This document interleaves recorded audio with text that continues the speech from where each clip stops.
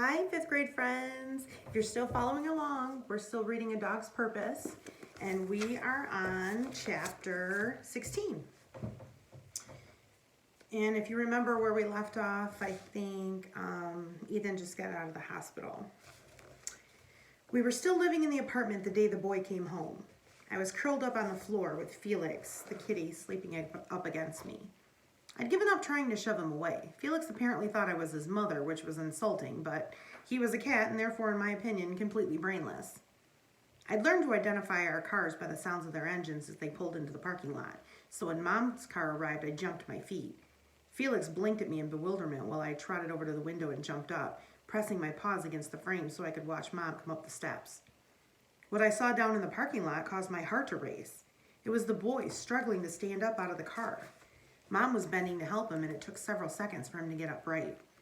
I couldn't help myself. I was barking and spinning, racing from the window to the door to be let out, and then back to the window so I could see.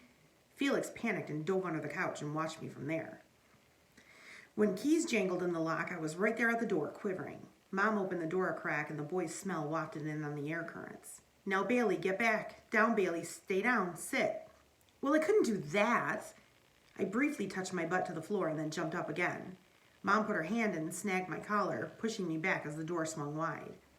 "Hey, Bailey. Hey, boy," Ethan said. Mom held me away from the boy while he limped in, holding what I could soon learn were called crutches. He went over to the couch and sat down while I twisted and turned in my collar, whimpering. When Mom finally released me, I soared across the room in one leap, landing on the boy's lap, kissing his face. "Bailey," Mom said sternly. "No, it's okay, Bailey. You are such a doodle dog," the boy said. "How are you, huh? I missed you too, Bailey." Every time he spoke my name, a shiver of pleasure ran through me. I could not get enough of the feel of his hands running through my fur. My boy was back. Gradually, over the next couple of days, I came to understand that things were not right with the boy.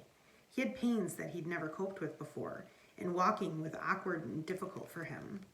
A mournful sadness drifted off of him, coupled with a gloomy anger that flared sometimes when all he was doing was sitting there looking out the window. That first week or two, the boy would leave every day for a car ride with Mom, and when he came home, he was tired and sweaty and usually wound up taking a nap. The weather turned warm and the leaves came out, and Mom had to go to work, so the boy and I were left alone in the apartment with Felix, who spent all of his time plotting to escape the front door. I have no idea what he thought he was going to accomplish out there, but the boy had a rule against the cat going outside, so that was that. Except Felix didn't follow any rules, which I found to be maddening. He often scratched at a post in the living room, but the one time I decided to lift my leg on the thing, everyone shouts. He never finished his dinner, though nobody ever thanked me when I cleaned up after him. In fact, this was something else I got yelled at about. Part of me wanted to see him get away with his plans to run off, just so I wouldn't have to put up with them anymore. On the other hand, he was always up for a little wrestling as long as I didn't get too rough.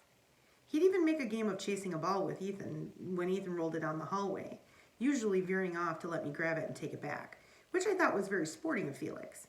He really didn't have much choice, though, since I was, after all, the dog in charge. It was not as fun as the farm, nor even as fun as the house, but I was happy in the apartment because the boy was there nearly all the time. "I think it's time you should go back to school," Mom said at dinner one night. I knew the word school and looked at the boy who crossed his arms. I felt that sad anger inside of him. "I'm not ready," the boy said. His finger raised up and touched a deep purple scar on his cheek. "Not until I can walk better." I sat up. "Walk? We're going for a walk?" "Ethan, there's no reason." "I don't want to talk about it, Mom," Ethan shouted. Ethan never shouted at Mom, and I could immediately feel that he was sorry, but neither of them said anything after that. A few days later, though, there was a knock on the door, and when Ethan answered, the apartment filled with boys. I recognized some of their smells as the boys who played football in the big yards, and most of them called me by name. I glanced over to see how Felix was taking my special status, but he was pretending it didn't make him jealous. The boys laughed and shouted and stood around for about an hour, and I felt Ethan's heart lifting. His happiness made me happy, so I went and got a ball and carried it around in my mouth in the living room. One of the boys grabbed it and rolled it down the hallway, and we played for several minutes. A few days after all the boys came to visit, Ethan got up early and left with Mom. School. The boy was walking with the help of a polished stick called a cane when we moved out of the apartment. The cane was very special. The boy never threw it, and I instinctively understood that I wasn't supposed to chew on it, not even a little. I didn't know where we were going when we all loaded into the car, but I was excited just the same. Car rides are always exciting no matter where we went. I grew pretty excited when the familiar smells of the creek and street came through the window, and I bounded in through the front door of the house as soon as they let me out of the car. Though I could still smell smoke, the air was also filled with the scent of new wood and carpet, and the windows in the living room were larger. Felix seemed very suspicious of his surroundings, but I was out the dog door and racing around in relative freedom of the backyard within seconds of arriving. When I barked with joy, Duchess answered from down the street, "I'm home." We'd barely settled in when we took the big car ride to the farm. Life was finally back on track, though the boy was much less inclined to run than to walk, leaning on the cane. One of the first places we went to was Hannah's house. I knew the route pretty well and galloped way ahead, so I saw her first. "Bailey, hi Bailey," she called. I ran up for some of her in-depth cuddling and scratching, and then the boy came up the driveway panting a little. The girl went down the steps and stood there in the sun waiting for him. "Hi," the boy said. He seemed a little uncertain. "Hi," the girl said. I yawned and scratched at an itch on my jaw. "Well, are you going to kiss me or what?" the girl said. Ethan went to give her a long hug. He dropped his cane. Some things were different this summer. Ethan began waking up long before sunrise and driving Grandpa's truck up and down country roads, shoving papers into people's boxes. They were the same papers the boy had once placed all over the carpet in the house. But somehow I didn't think it would be appreciated very much if I urinated on them, even though there had been a time when I was a puppy when wetting down the papers would have gained me high praise. Hannah and the boy spent many hours together, sitting quietly by themselves, sometimes not talking. Sometimes she even went on early morning car rides, though normally it was just the boy and me. Bailey, the front seat dog. "Gotta earn some money, Bailey," he sometimes would say. I'd wag at my name. "No football scholarship now, that's for sure. I'll never be able to play football again." And the sadness in him, I always pushed my nose under his hand. My whole life's dream, all gone now because of Todd. Ethan had brought the flip with him to the farm for some reason, and sometimes he'd cut it up and re-sew it, generally making it even more embarrassing than it had been before. But my favorite time was when we'd swim together in the pond. It seemed the only time that the boy's leg didn't give him pain.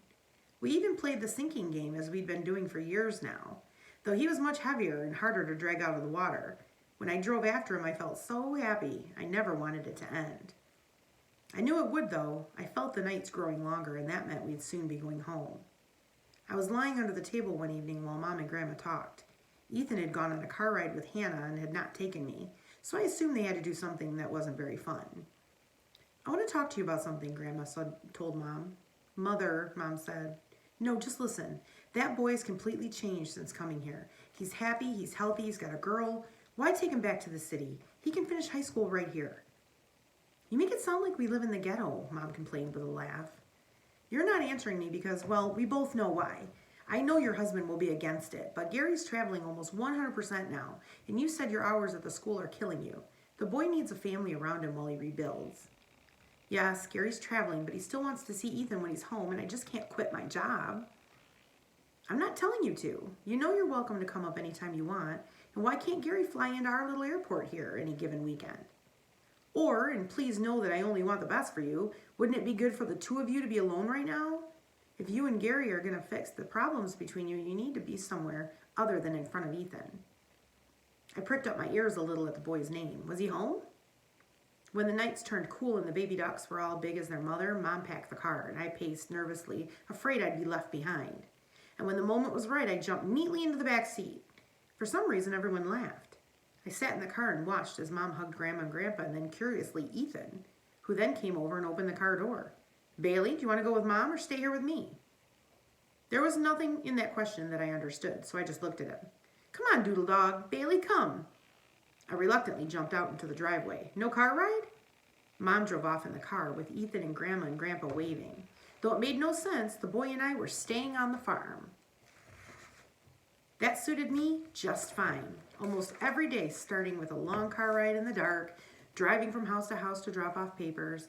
By the time we got home, Grandma would be cooking breakfast, and Grandpa always slipped me something under the table. Bacon, ham, a piece of toast. I learned to chew silently so Grandma wouldn't say, "Are you feeding the dog again?" The tone in her voice when I picked up the word dog suggested to me that Grandpa and I needed to keep the whole operation quiet.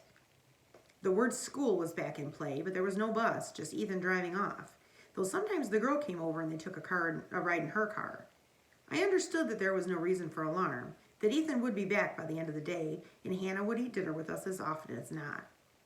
Mom came to visit a lot, and Mom and Dad were there during Christmas. Mom's hands smelled like Felix the kitty when she reached out to pet me, but I didn't mind.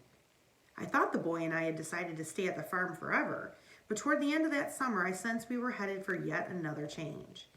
The boy started putting things in boxes, a sure signal that we were going soon to be on our way again. Hannah was around nearly all the time, and she felt a little sad and fearful.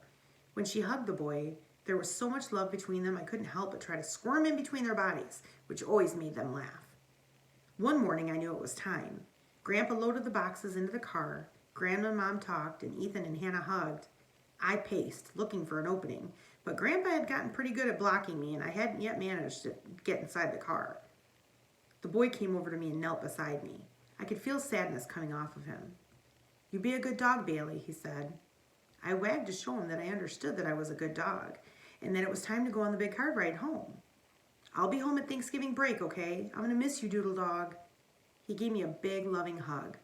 I half closed my eyes. There simply was no better feeling in the world than to be hugged by my boy. "You'd better hold him. He's not going to understand," Ethan said. The girl stepped forward and grabbed my collar. The sadness was coming off her in waves, and she was crying. I was torn between wanting to comfort her and needing to go get in the car. Reluctantly, I sat at her feet, waiting for the strange drama to end, so I could sit in the seat with my nose out the car window. "Write me every day," Hannah yelled. "I will," Ethan called back. And I stared in disbelief as he and Mom got into the car and slammed the doors. I pulled away from Hannah, who didn't understand that I was supposed to go with them. She held tight. "No, Bailey, it's okay. You stay." "Stay? Stay?" The car honked and drove off down the driveway. Grandpa and Grandma were waving. "Couldn't anybody see I'm still here?" "He'll do just fine. Ferris is a good school," Grandpa said. "Big Rapids is a nice town." They all turned from the driveway, Hannah loosening her grip just enough for me to break free. "Bailey!" she shouted. Though the car was out of sight, the dust trail was still in the air, easy to follow as I chased after my boy. Whew, that one got me. I started to cry a little bit. Can you imagine from the dog's point of view how sad it is when your person is leaving and you don't understand why and you're not going to see them at the end of the day? If you guys have pets, you better give them lots of love today. That one got Ms. Coach. Next chapter, 17. I'll see you guys next week, and we'll continue on with the dog's purpose. I miss you all. Take care. I hope you're having a good day. Bye-bye.